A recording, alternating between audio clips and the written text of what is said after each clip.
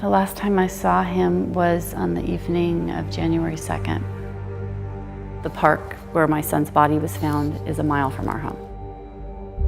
The Orange County District Attorney's Office filed one felony count of murder with a sentencing enhancement of personal use of a knife against 20-year-old Newport Beach resident Samuel Woodward.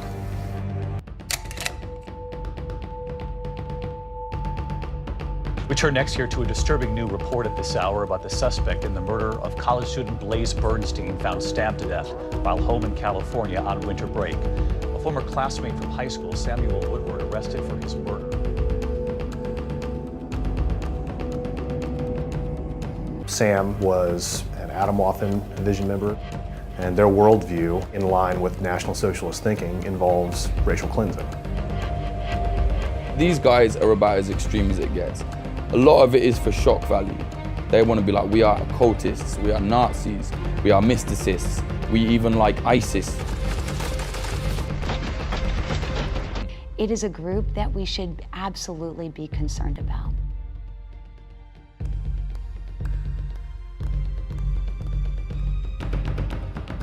If you were to ask the average person here in the United States, they'd have no clue of what or who this group is. And yet it is important to tell the story. They operate very differently than other white supremacist organizations. They prefer to surprise their enemy. They're not like patriots, they're not out in the street marching, they're, hiding away. The idea is they do these kind of hit and run attacks. They don't want to, take office, they want to burn the office.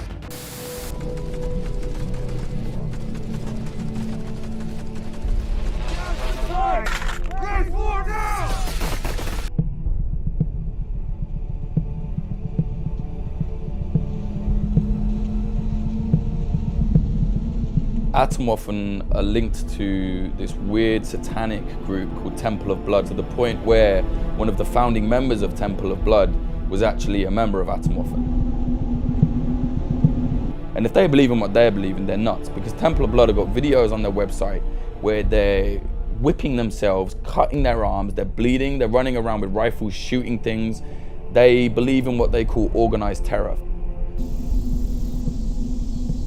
Atomwaffen is dangerous because you won't see them out in the open. You won't find them at protests, you won't see them running around with their flags, fighting Antifa. Very rare that you'll see that. They're an underground cell. They're neo-Nazi militants. They want to commit acts of violence and terror to bring upon this weird revolution that they want to have, all in the name of Nazism.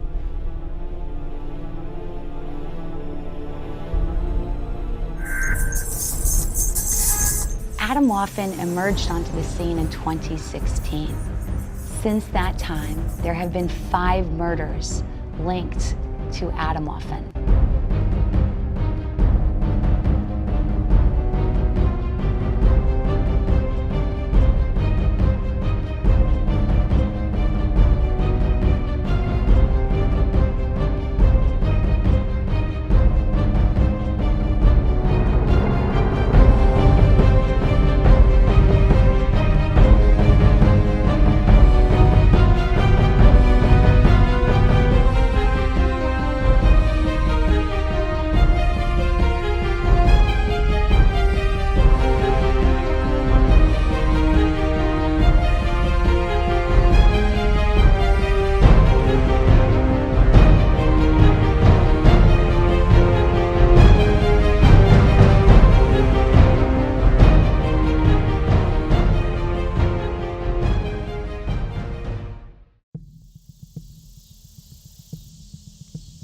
in our research with ProPublica, we found out that when they have these hate camps, that's where they organize, that's where they can make real plans, because they can talk out in the open. No one's really listening in. You know, they're in the forest with semi-automatic rifles, AR-15s. They're very into guns, they're very militant. These are the kind of weapons you'll see the military using. I've been in Iraq and seen like insurgents with worse weapons than what Atomwaffen are using in their propaganda, put it that way.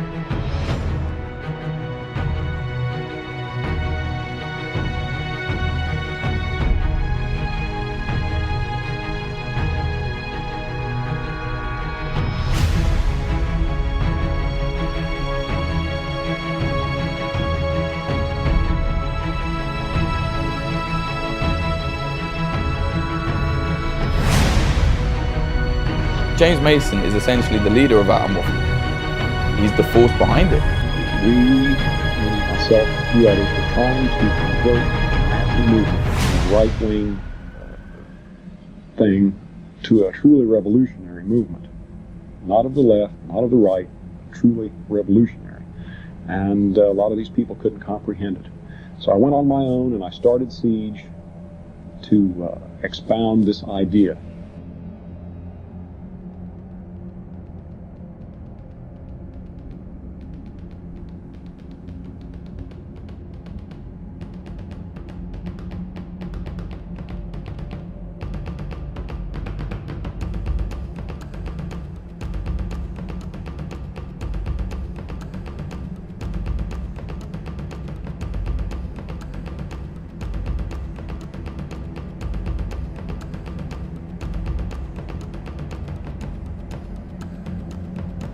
Seated across from me in the studio today is Mr. James Mason, founder of the Universal Order. This guy became interested in Adolf Hitler at 13 years of age. At 14, he joined George Lincoln Rockwell's American Nazi Party, ran away from home at 16 to live at the headquarters of the American Nazi Party. He's been involved in all kinds of nationalist socialist groups, and he says he's fed up with the progress of Nazism in America, and so he's become more radical. He's a terrorist interested in Charlie Manson and the family. In fact, it was Charlie Manson who, in jail, recommended to this man the name the Universal Order for all of his subversive activities. Occult fascism is that branch of occultism that believes in an Aryan elite society which will someday rule the earth.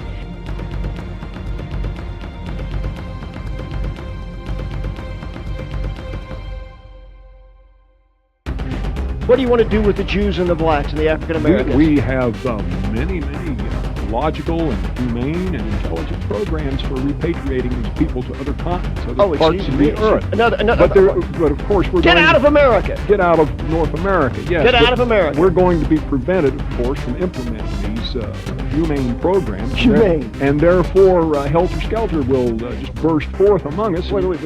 What you're saying is that if the blacks and the Jews don't get out, there will be a race war and there will be bloodshed. Yes, and they will be the cause of it.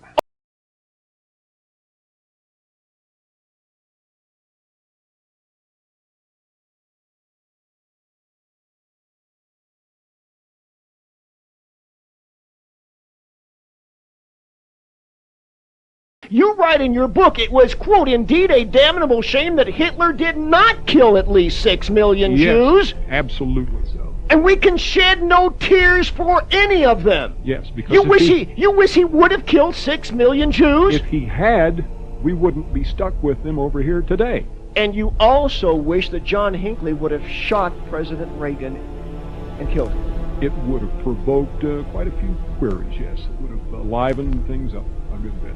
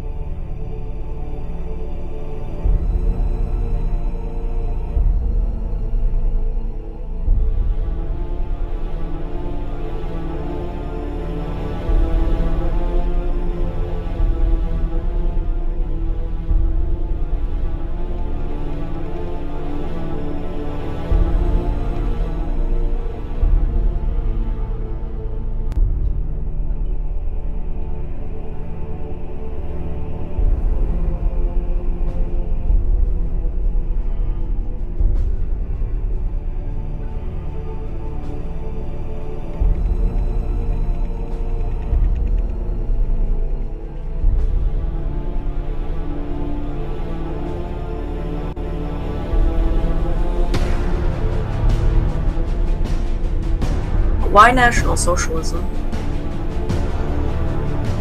I think inherent to the principles of National Socialism is a system of government and of society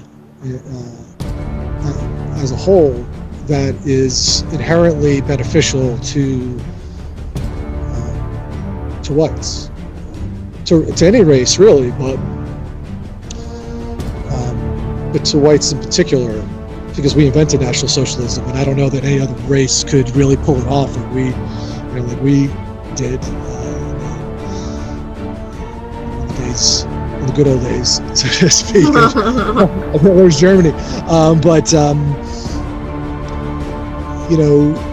that was like a period that of incredible, like almost utopian prosperity for Germany, and that was a result of the ideology and the principles that were put into place. And I think that some of those are timeless.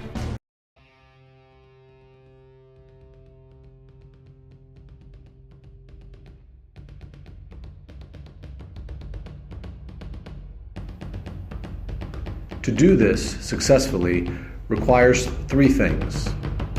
Time, meaning the guerrillas must possess the ability to sustain attacks indefinitely. Frequency, meaning the time between the attacks must be relatively short for maximum psychological impact. And most importantly, leadership. The guerrillas must have some sort of identifiable leadership or representation to engage the enemy in negotiations when the time comes. Alliances, some of it, I mean, if we just want to speak theoretically, assuming that an ethno-state could be established, I would have to also kind of theorize that some strategic alliances could be formed along the way with other nation states who are against the United States.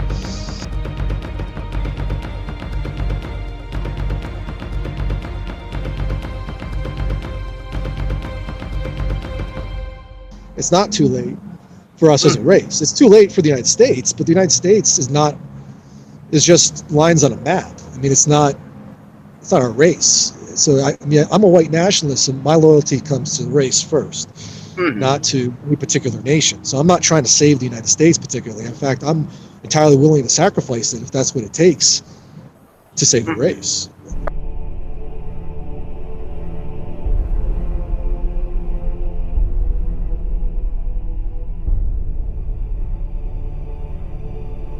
Creating an ethno-state, however we do it, is to create independent territory where we have self-determination and we can rehabilitate our people spiritually, physically, in every way, and make us great again. So to me, that's the goal. There's it's trying to rehabilitate our race. So if, just in a completely hypothetical situation like that, separatist insurgents could inflict enough damage and pain to force some sort of negotiation.